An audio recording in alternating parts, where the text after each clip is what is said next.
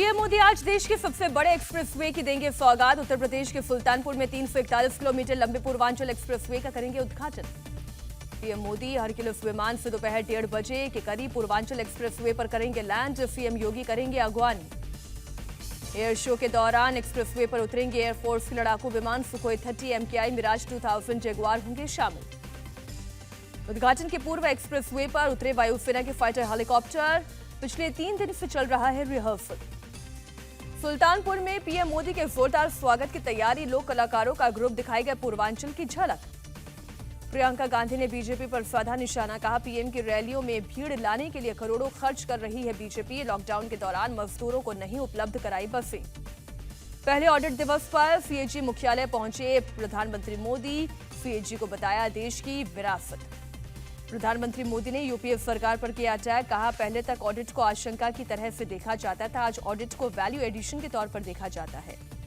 प्रधानमंत्री मोदी ने पहले की सरकारों का जिक्र किया। कहा, हमारी सरकार पुरानी सोच को बदल रही है। पहले कैग बनाम सरकार ये सोच हो गई थी। प्रधानमंत्री बोले, देश के बैंकिंग सेक्टर में पारदर्शिता की थी कमी।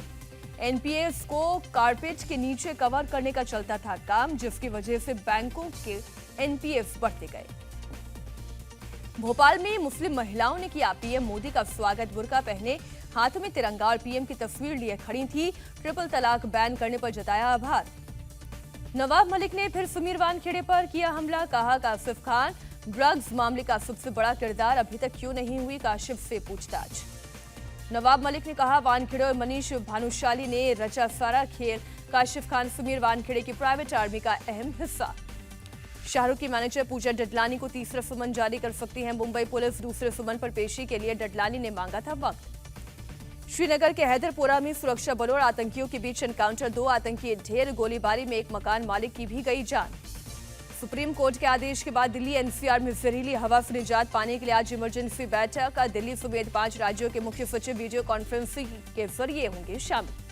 बैठक की अध्यक्षता करेंगे एयर क्वालिटी कमीशन के अध्यक्ष। मीटिंग में केंद्रीय पर्यावरण सचिव और सीपीसीबी के अध्यक्ष होंगे शामिल। दिल्ली की हवा में आज ज्यादा सुधार। एयर क्वालिटी इंडेक्स अब भी खराब, इंडेक्स 300 के बाद।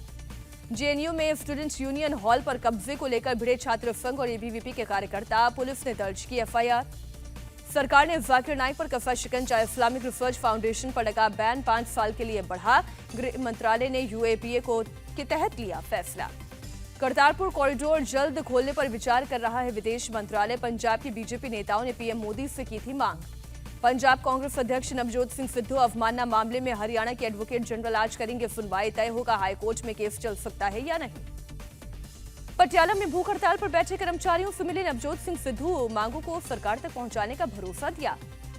लुधियाना में अकाली दल विधायक मनप्रीत अयाली के घर और फार्म हाउस पर आयकर विभाग के छापे। 6 जगहों पर चल रही है कार्रवाई। बिहार के सीएम नीतीश कुमार ने आज हाई लेवल बैठक बुलाई। शराबबंदी और जहरीली शराब से हुई मौतों पर चर्चा होगी। पद्मश्री अवार्ड की तर्ज पर मध्य प्रदेश में पुरस्कार देने की तैयारी। सीएम शिवराज सिंह का ऐलान। नृत्य और कला के क्षेत्र में सभी कलाकारों को 5-5 हजार रुपए की प्रोत्साहन राशि दी जाएगी। बीजेपी अध्यक्ष जेपी नड्डा के उत्तराखंड दौरे का दूसरा दिन। रुद्रपुर में इमरजेंसी के दौरान जेल में बंद रहे सुभाष छाबड़ा से की मुलाकात। वायुसेना से स्वदेशी लड़ाकू विमान तेजस में लगाए फ्रेंच हैमर मिसाइलें 70 किलोमीटर से भी ज्यादा दूरी तक दुश्मनों को करेगी नस्तोनाबूद। अहमदाबाद में आज से रोड किनारे नहीं खुलेंगे नॉनवेज स्टॉल। नगर निगम की गाड़ियों ने सड़क किनारे से स्टॉल को हटाया। अहमदाबाद में स्कूलों और धार्मिक स्थलों के 100 मीटर के दायरे में भी लागू होगा फैसला। स्टॉल लगाने वालों ने प्रशासन से दूसरी जगह देने को कहा। उत्तर प्रदेश में गायों के लिए चलेंगी 520 एम्बुलेंस। मंत्री लक्ष्मी नारायण चौधरी ने कहा, केंद्र ने राज्य सरकार को आवंटित किया फंड। लक्ष्मी नारायण चौधरी ने कहा, राज्य सरकार 7 लाख गायों के देखरेख के लिए दे रही है फंड। 900 रुपए प्रति गाय का कर रही है भुगतान। मुंबई के कांजूरमार्ग इलाके में आग से हाहाकार। एक कंपनी का मोबाइल सर्विस सेंटर जलकर खाक। आग पर काबू पाया गया। गाजियाबाद के लोनी में होटल में थूक कर रोटी बनाने वाला शख्स हुआ गिरफ्तार। वीडियो वायरल होने के बाद पुलिस ने लिया एक्शन। उत्तर प्रदेश के मुरादाबाद में एक घर में मिले 2 लोगों के शव। पति पत्नी की तरह पिछले 1 साल से किराए पर रह रहे थे दोनों।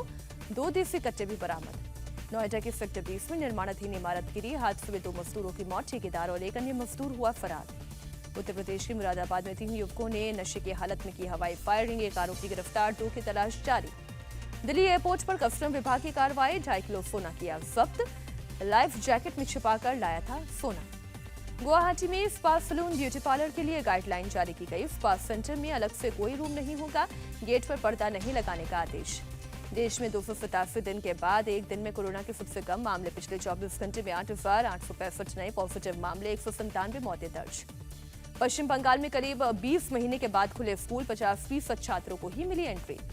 शिमला में खुले 1 से तीसरी तक के स्कूलों को किया गया सैनिटाइज, सोशल डिस्टेंसिंग का भी रखा गया ख्याल। 99 देशों के वैक्सीनेटेड यात्रियों की भारत में होगी quarantine free entry. America, Britain, France और जर्मनी है शामिल। पाकिस्तान के पीओके के पूर्व राष्ट्रपति मसूद खान को बनाया अमेरिका का नया राजदूत। अमेरिका की मशहूर मैगजीन मसूद को बता चुकी है आतंकवादियों का समर्थक। टीम इंडिया के खिलाफ 3 T20 मैच की सीरीज नहीं खेलेंगे। न्यूजीलैंड के कप्तान केन विलियमसन टेस्ट सीरीज की तैयारी के लिए लिया फैसला। मुश्किल में फंसी टीम इंडिया के क्रिकेटर हार्दिक पांड्या। कस्टम विभाग ने मुंबई एयरपोर्ट पर जब्त की 5 करोड़ की 2 घड़ियां नहीं थी घड़ी की रसीद।